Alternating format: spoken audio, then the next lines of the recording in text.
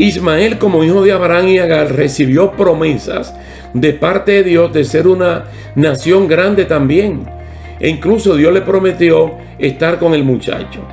Génesis capítulo 16, versos 11 al 16 y el capítulo 21, 8 al 21, también dan todo el apoyo de la bendición de Dios para Ismael.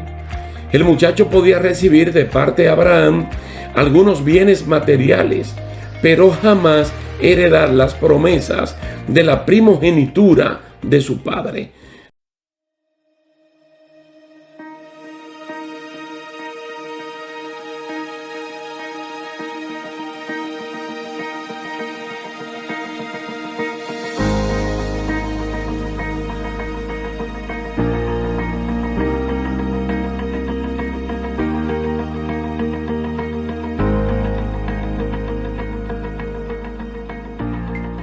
¿Qué tal, queridos hermanos? Dios le bendiga, Dios le guarde. Es un placer estar aquí con ustedes para continuar esta serie de estudios bíblicos entrenados para vencer. Vamos a ver cómo llega la nación, la llegada de la nación de Israel, la nación de los judíos. Vamos poco a poco en este caminar viendo cómo estas personas son entrenadas por Dios no para el fracaso, sino para el triunfo. Y nosotros como iglesia podemos vernos en estas jornadas o en estos procesos del Antiguo Testamento. Vamos a leer dos versículos en Éxodo 12, el 40 y el 41. Éxodo 12, 40 y 41. El tiempo que los hijos de Israel habitaron en Egipto fue de 430 años. El mismo día en que se cumplían los 430 años, todas las huestes de Jehová salieron de la tierra de Egipto. Siempre es bueno recordar, hermano, que tanto ellos como nosotros o la persona del Nuevo Testamento, siempre hay puntos en los cuales le fracasamos a Dios y no hay una obediencia 100%. Pero en el caso de la salida de los hebreos de Egipto, salió el 100%. No se quedó absolutamente ninguno, incluyendo los huesos de José, que no se olvidaron y también lo sacaron. En 430 años de vida en Egipto, las 75 personas descendientes de Jacob se incrementaron a más o menos 2 a 3 millones de personas. Toda la promesa del Señor de heredar la tierra de Canaán se habían olvidado mientras el pueblo nacía, crecía y moría en la esclavitud egipcia. Llegaron a olvidar o a desconocer incluso el nombre de Dios. De vez en cuando se acordaban del Dios de Abraham, a pesar de las palabras de José de que Dios algún día iba a visitar a su pueblo para retornarlo a la tierra de la promesa.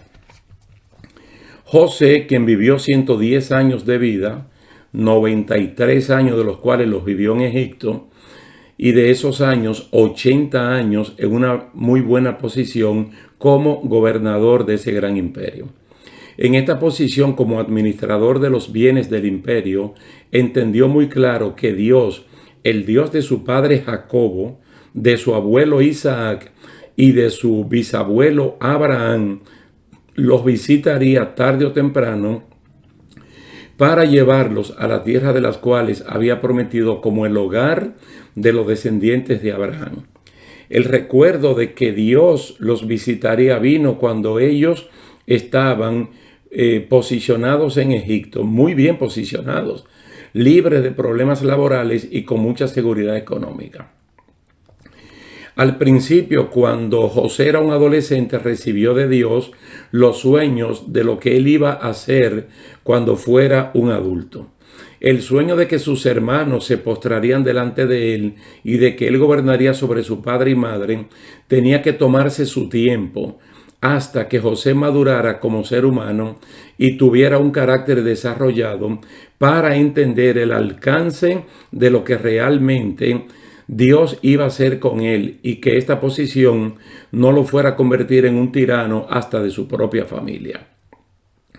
Madurar en el proceso de ser mayordomo del capitán Potifar y de ser ayudante del encargado de la cárcel de Egipto lo ayudaron tanto que tal vez olvidó los sueños que tuvo y tuvo entonces que concentrarse en los sueños de los dos asistentes del rey de Egipto. E incluso solicitar al copero que se acordara de él, pues era inocente y estaba preso sin ninguna causa fundamentada. Interpretar el sueño de Faraón le abrió las puertas a José para que el sueño de él, el de José, se hiciera una realidad. El paso de la frontera es una cosa que al tiempo de Dios se va a dar como un camino que tiene salida. No hay que desesperarse. Cuando Dios promete, Dios cumple. Solo que en lo que Dios cumple es lo que nos está preparando a nosotros. Está madurando nuestro temperamento, nuestro carácter, para que entonces uno pueda saber administrar las bendiciones de Dios. Ustedes saben que José en el orden patriarcal está en la posición número 4, como vimos anteriormente, detrás de su padre Jacob, de su abuelo Isaac y de su bisabuelo Abraham. José es una persona de muchísima importancia en la formación del pueblo hebreo. Yo le comentaba anteriormente que los primeros hijos que tuvo Jacob con Lea, que fueron Rubén, Leví, Simeón y Judá, ninguno de ellos heredaron la primogenitura. Ninguno de los 4 primeros heredaron la primogenitura, sino el número 11, que fue José, cuyo nombre significa rama fructífera. Entonces él tuvo 2 hijos que fueron Manasés y Efraín, que siendo nietos de Jacob pasaron a ser como sus hijos. Y por eso los vemos dentro de la formación de las 12 tribus. Entonces en orden patriarcal uno puede mencionar a Abraham, a Isaac, a Jacob y luego a José. Entonces decimos que José es una persona de mucha importancia en la formación del pueblo hebreo. Él fue el penúltimo hijo de Jacob y el último que nació en Harán. Recuérdense que su hermano menor, su hermano de padre, Benjamín, hijo de Jacob y de Raquel, nació en Efrata, en Belén, cuando ya iban de camino. José fue vendido por sus hermanos a los comerciantes madianitas, que vieron en él una persona con la cual se podía negociar en Egipto y sacar una buena partida.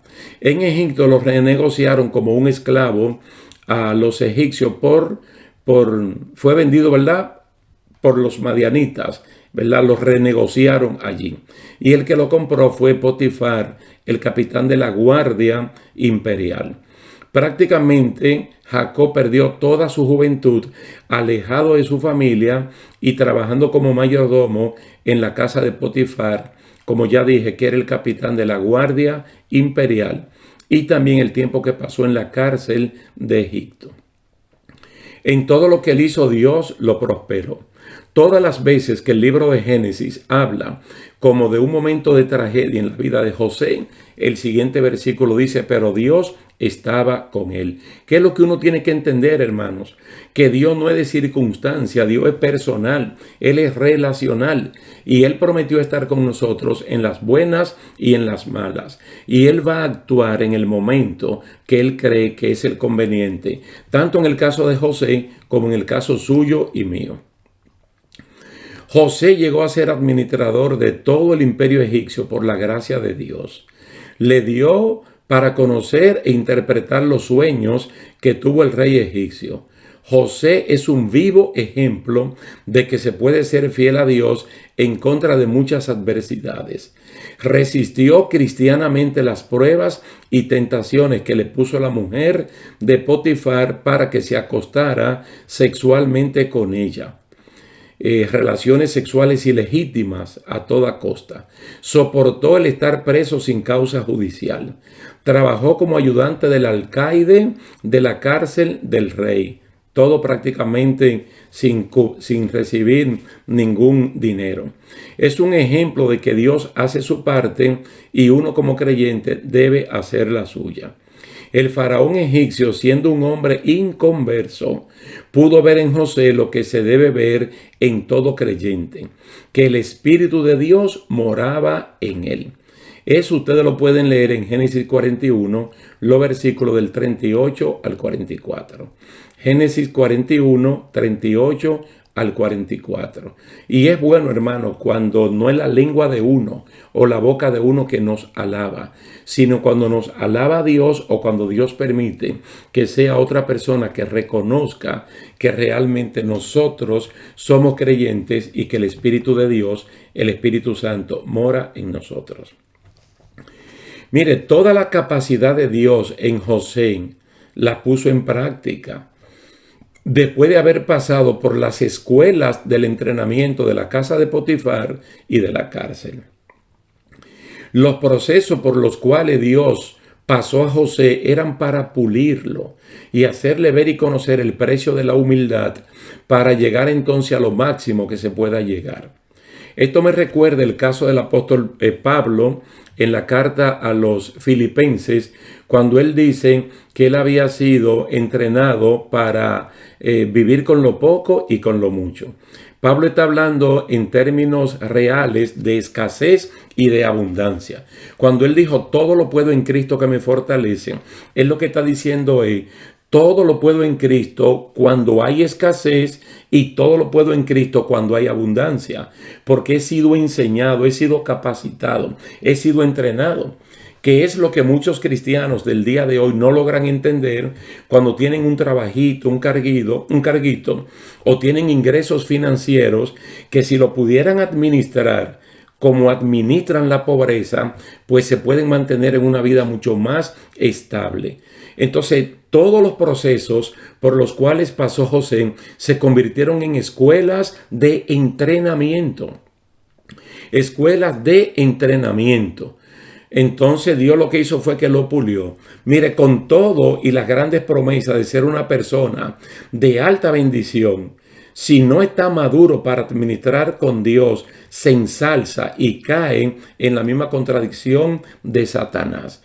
Cuando él tenía los 17 años que le contó a sus hermanos los sueños que Dios le había dado, sueños que Dios le dio para él, no para que él lo contara. Él no tenía que contar eso, porque eso era algo entre Dios y él.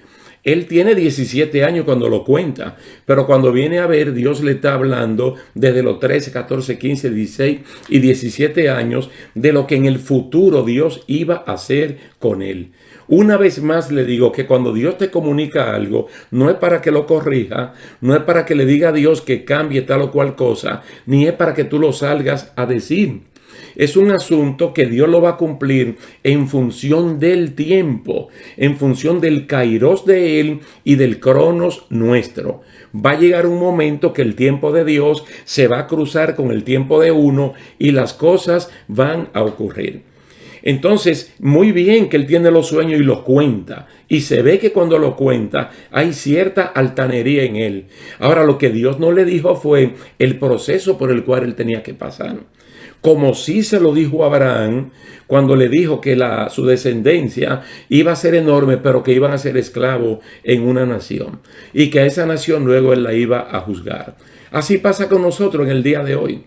Y Pablo lo dice, es necesario que por muchas aflicciones y tribulaciones pasemos para llegar al reino de los cielos. Una vez más se demuestra que Dios primero prepara y entrena a la persona para que luego hagan uso de un nombre. Entre el sueño de que sus hermanos se postraban y el cumplimiento en sí, vino el entrenamiento, como acabo de decirle, vino su preparación. José no estaba listo cuando a la edad de 15 o 17 años recibió los sueños de promoción a ser el primero entre sus hermanos. Él no estaba listo. Tuvo que madurar en edad y en mentalidad, ya que la supremacía entre sus hermanos no era para que le rindieran pleitesía, sino para servir, para ser un hombre de bendición. Ser un hombre de bendición. Y usted se va a dar cuenta, no solamente a sus hermanos, sino a toda una nación.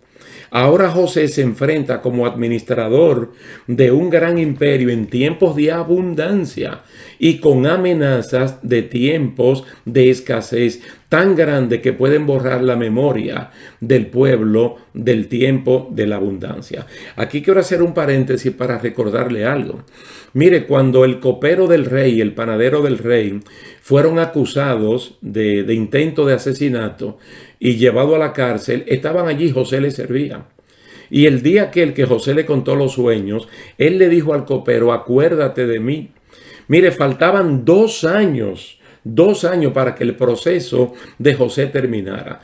Si el copero hubiese llegado y le dice al rey que José le contó el sueño y que es una persona inocente, lo sacan de allí y se va para Canaán. Y él nunca hubiese sido el gobernador del gran imperio, ni hubiese sido la persona por la cual el pueblo hebreo se iba a sostener. Las 75 personas descendientes de Jacob se iban a sostener y se iba a formar allí la nación dentro del imperio egipcio. Así le pasa a muchos cristianos que se desesperan y al desesperarse pierden.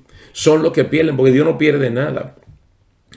Mire que ahora José entra en una posición de ventaja, porque los sueños, ¿cómo eran los sueños? No era que los 7 años de escasez venían primero, era que los 7 años de abundancia venían primero. Entonces se necesitaba capacidad para administrar esta abundancia para cuando llegue la escasez, que es lo que muchas veces nos falta a nosotros, porque no tenemos mayordomía ni del tiempo ni de los ingresos que Dios nos da. Entonces, de momentos de angustia y de dificultades salen grandes experiencias y momentos de triunfo con más sabor que las amarguras que uno pudo haber soportado en el proceso del entrenamiento. Así lo expresó muchos años después el patriarca Job. ¿Cómo hacer para que la abundancia alcance para el tiempo de escasez? ¿Cómo entregar en manos de un expreso extranjero un proyecto tan grande, vital y hasta de seguridad imperial como este? ¿Por qué no usar un ingeniero, un matemático egipcio, como habían tantos, para que administrara la producción agrícola del imperio? Es así como este joven José diseña planes de acopio, almacenamiento de la producción de granos con sofisticados métodos que permitan almacenar trigo por años y años. Probablemente estos silos, esta planta de silos, que tal vez ustedes, algunos conocen, que la vemos en áreas agrícolas, fueron diseñadas por el mismo José. Tal vez no con la modernidad que estamos viendo ahora, pero con la modernidad de su tiempo. Entonces él podía, son equipos o almacenes donde puede haber movimiento de inventario, como para que el producto no esté estancado, para que reciba aire, para que no se dañe. Todo esto es ciencia y sabiduría que viene de parte de Dios, porque José en ningún momento se atribuyó para sí los conocimientos que él le estaba revelando a Faraón, sino que él dijo el Dios del cielo. Dios es que lo ha revelado. Cosa que posteriormente uno puede ver también en personas humildes, en este caso como Daniel. José no fue una persona que se complicó la vida, sino que partió de la sencillez de almacenar, moviendo inventario de lo añejo por lo que va entrando, estableciendo sistemas de almacenamiento, procedimientos que se generan enormes cantidades de empleo directos, indirectos, se pagaban impuestos para el gobierno y se evitaba el pánico en la población, sin tener que decirle a nadie que vienen 7 años de hambre sobre la tierra, porque él solo se lo dijo al emperador, al faraón. Pero él no tiene que buscar un periódico o ir a una emisora y decir, vienen 7. No. Hay cosas que Dios se le informa al creyente, el creyente la sabe. Todo el libro de Apocalipsis son 22 capítulos y el capítulo 1 en su primera parte dice que es la revelación de Dios para que sus siervos sepan lo que va a ocurrir. Y en base a lo que va a ocurrir, entonces uno puede actuar y predicar no un evangelio de condenación, no un evangelio de infierno, de lago de fuego, de anticristo, de bestia, sino un evangelio de salvación, como muy bien dice la palabra, buenas nuevas. Entonces eso es lo que está haciendo José, evitando pánico y haciendo lo que hay que hacer. José aprendió a administrar los recursos que tenía, no los que no tenía. Porque hay personas que viven soñando todo el tiempo en el banco de una iglesia, soñando, y de ahí no pasan. Con lo que ellos quisieran tener. Y Dios en el libro de Segunda de Corintios lo que nos dice es que administremos lo que tenemos. Si tú lo que tienes es poco, sé fiel en lo poco. Si tú tienes lo mediano, sé fiel en lo mediano. Si Dios te ha enriquecido como a Abraham, si te ha enriquecido como a Salomón, si te ha enriquecido como a Job, administra correctamente lo que Dios te ha dado. Lo que tú tienes, no lo que tú no tienes. José fue tan amado y apreciado por el pueblo de Egipto y por los señores gobernadores, fue amado y apreciado por su mismo pueblo, que vieron en él a un hombre de bendición y de preservación de vida.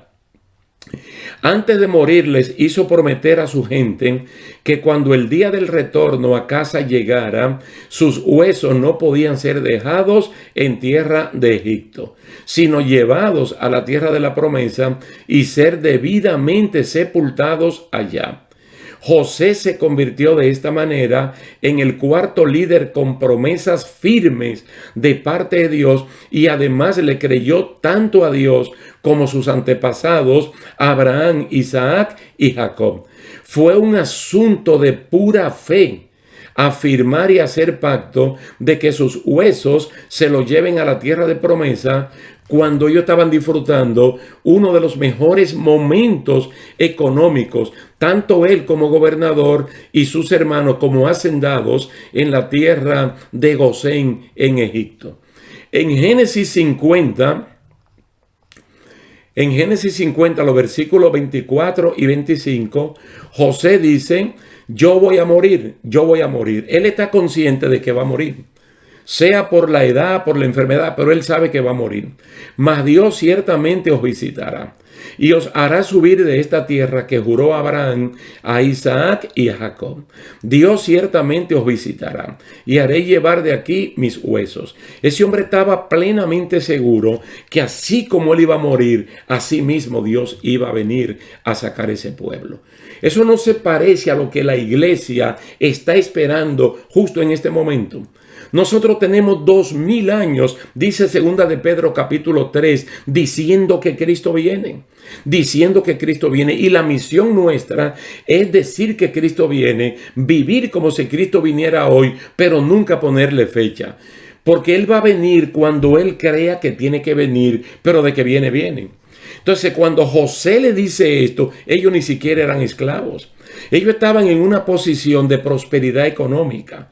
La esclavitud iba a llegar después que José muriera.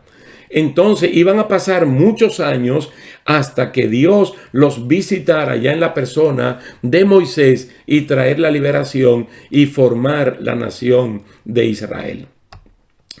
Nótese la forma como Dios conduce todo su proceso cuando de cumplimiento de promesas se trata. Cuando Abraham murió, lo sepultaron sus dos hijos, Ismael e Isaac, en la cueva de Macpela, en la heredad de Efrón el heteo que había comprado Abraham.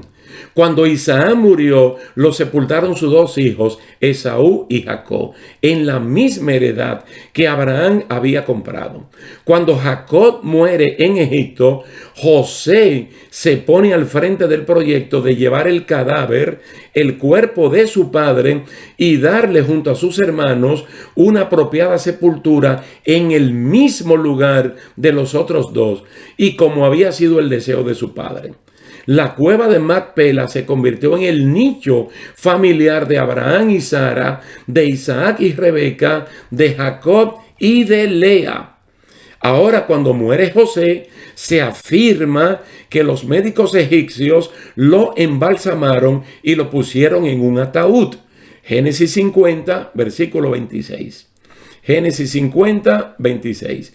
Es decir, que José, en cumplimiento de sus deseos, no fue sepultado en Egipto por sus dos hijos, Manasés y Efraín, como había sido lo normal con sus antepasados inmediatos, sino que fue embalsamado.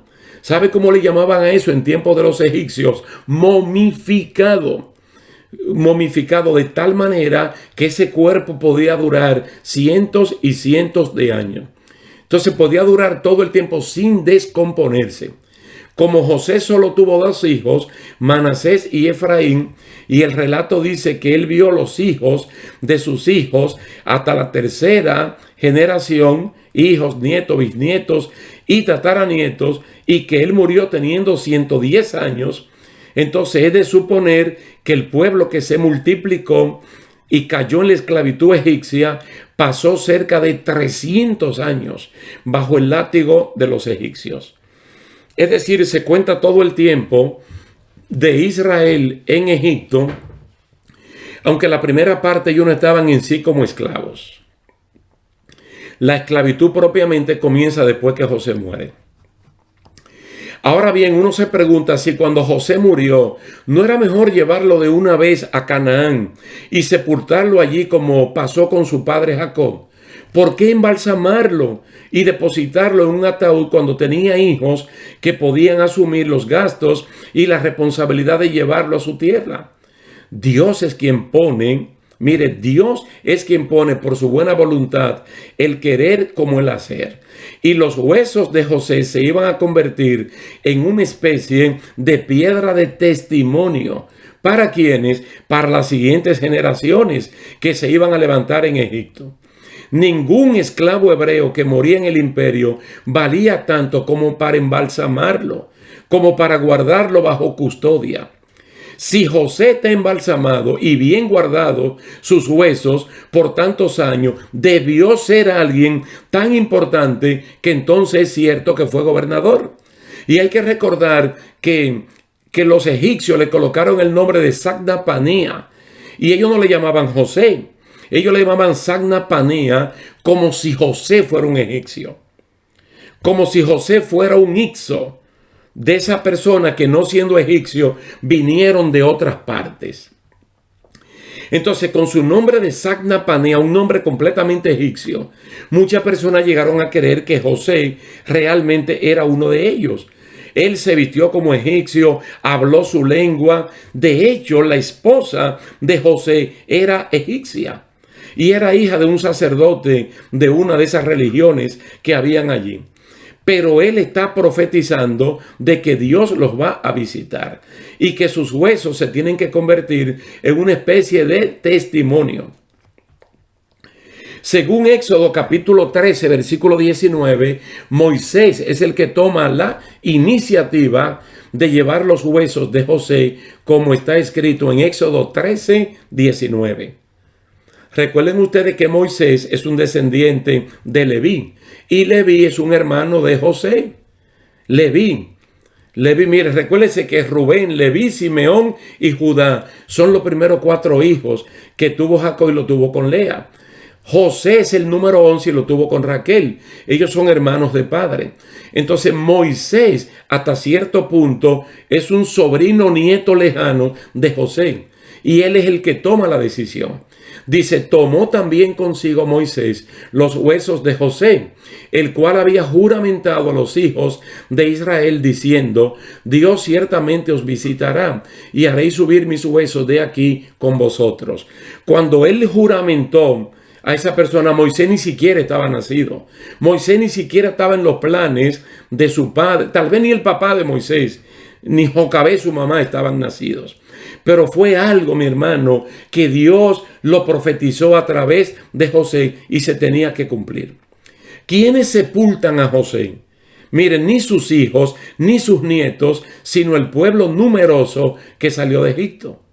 Josué primero pelea las batallas contra los pueblos que habitaban en Canaán, repartió la tierra y luego procedieron a sepultar los restos de José en Siquem, que es una de las partes que le toca a Manasés y a Efraín, en el campo que Jacob su padre había comprado a los hijos de Amor y donde había edificado un altar a Jehová llamado Dios, el Dios de Israel. Entonces Jacob muchos años atrás había levantado un altar allí y le puso Dios, el Dios de Israel. Es decir, él dice Dios, el Dios mío, porque Israel es Jacob. Cuando Jacob compró esas tierras tantos años atrás e hizo el altar y lo llamó por ese nombre, nunca pensó en la tremenda profecía que él mismo estaba dando como patriarca, de que sin pensarlo muchos años después, su hijo José era el cumplimiento del nombre de ese altar. El Dios de Israel, la nación que se va a formar, la nación que ya se está formando.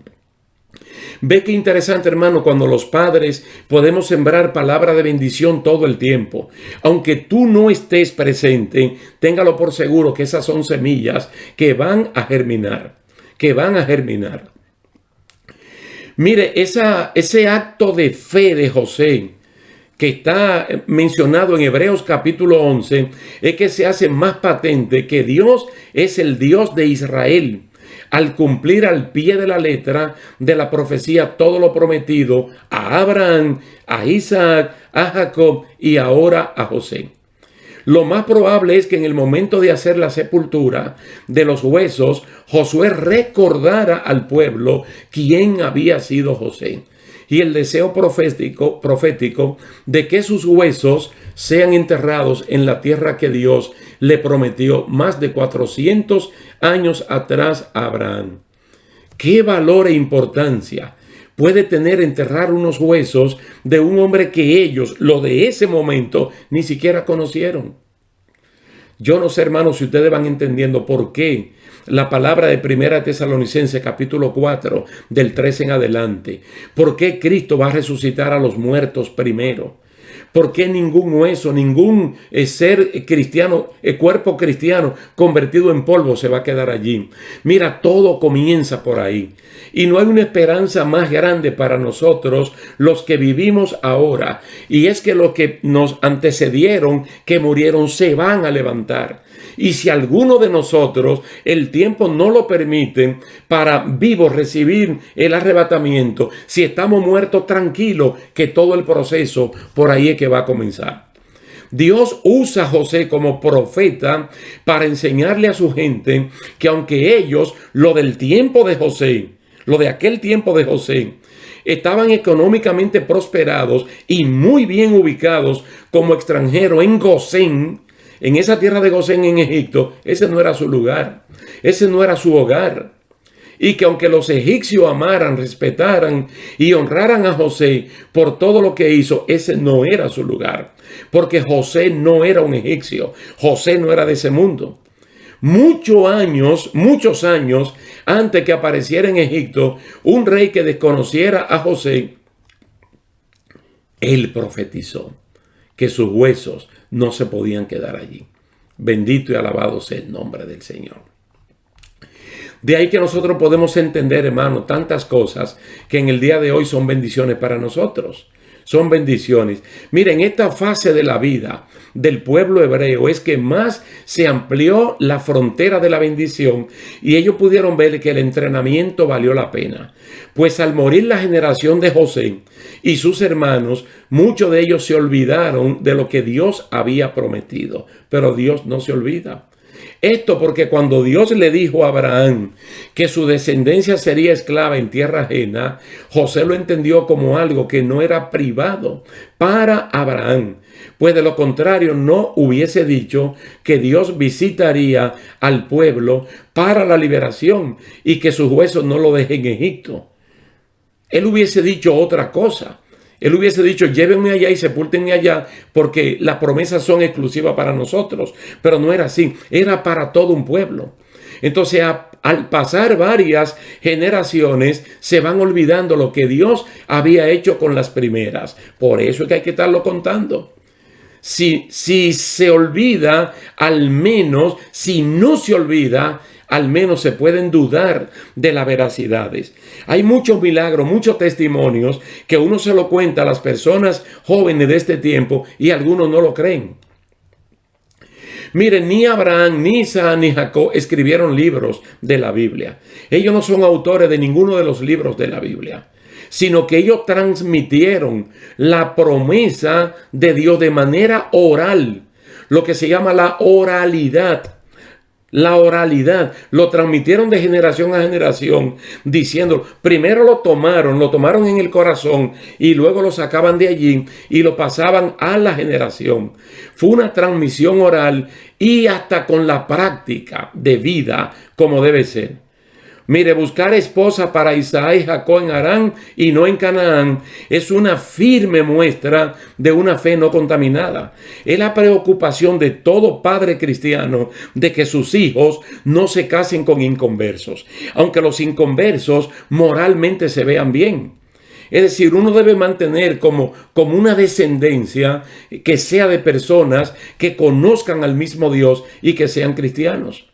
Mire, tanto la cueva de Macpela como el sepulcro de José en Siquén son como las piedras del Jordán, que sirvieron de testimonio a las generaciones posteriores. Abraham no llevó de regreso a Ur el cuerpo muerto de su esposa, el cual era su lugar de nacimiento en tierra de los caldeos. Le creyó a Dios y lo sepultó en Canaán, en la tierra de la promesa. José, como príncipe de Egipto, hubiese tenido todos los derechos para tener incluso una pirámide y que su cuerpo sea sepultado allí. Él prefirió que lo sepultaran en Canaán, su tierra. Muy bien pudo haber Abraham regresado a Ur y sepultar a Sara y declarar en su testamento que cuando él muera, que lo llevaran a Ur. Muy bien pudo José sepultar los restos de su padre Jacob en Egipto, porque Jacob murió en Egipto, pero no lo sepultó en Egipto, lo llevó allá porque el viejo dijo que a él había que sepultarlo también en su tierra. Entonces estas personas, estando muertas, cualquiera pudiera desconocer las palabras que ellos dijeron, pero fueron honrados sus testamentos, fueron honradas sus palabras. Ahora, entonces, que uno entiende cómo se forma, cómo llega esta nación. Y bendito y alabado sea el nombre del Señor, que le habló a Abraham cuando Abraham no tenía ningún hijo. Luego le habló a Isaac cuando Isaac no tenía ningún hijo. Y tuvo que esperar 20 años para que nacieran Esaú y Jacob. Luego el Señor le habló a Jacob y le dijo: yo soy el Dios de tu padre Isaac. Yo soy el Dios de tu abuelo Abraham. Tú vas, pero yo te traeré a esta tierra y yo no te dejaré hasta que tú hagas lo que yo quiera. Y voy a hacer una nación grande. Y ahí comienza la multiplicación. Porque como le dije anteriormente, tuvo 13 hijos, una hija llamada Dina y 12 hijos, sin contar que Manasés y Efraín, siendo sus nietos, él lo prohijó como tales. Entonces de eso se formó el pueblo hebreo, la nación judía. Damos gracias al Señor, hermano, de que hasta aquí estamos viendo de que Dios realmente entrena para que uno venza. Pero no te desesperes. Permite que el Espíritu Santo siga el entrenamiento en tu vida, porque lo que le está haciendo es no para que tú seas un fracasado, sino un victorioso. ¿Y un victorioso de qué? Pablo lo expresó muy bien cuando él le dijo también a los filipenses: yo dejo todo lo que queda atrás, yo me olvido y todo lo que tengo que materialmente he conseguido, como lo académico, el abolengo de mi apellido, la riqueza de mis padres, la pongo por basura. ¿Para qué? Para alcanzar el premio del supremo llamamiento. Yo me extiendo hacia adelante y no hacia atrás. Oh, gloria a Dios. Vamos a dejarlo hasta aquí, mis queridos hermanos, dándole las gracias a Dios y también a ustedes por el tiempo que han puesto para escuchar estas palabras. Pedimos al Señor que nos bendiga, que nos guarde y esperamos vernos en una próxima ocasión. Dios le bendiga y hasta entonces. Hemos visto milagros de Dios en la Pascua, en el cambio de las aguas, en aguas frescas. Ciertamente no hemos sentido frío, no hemos sentido calor y muchas otras bendiciones. Pero hasta aquí llegamos. Estamos derrotados. Dios no puede con los gigantes. Así piensan muchas personas de este tiempo.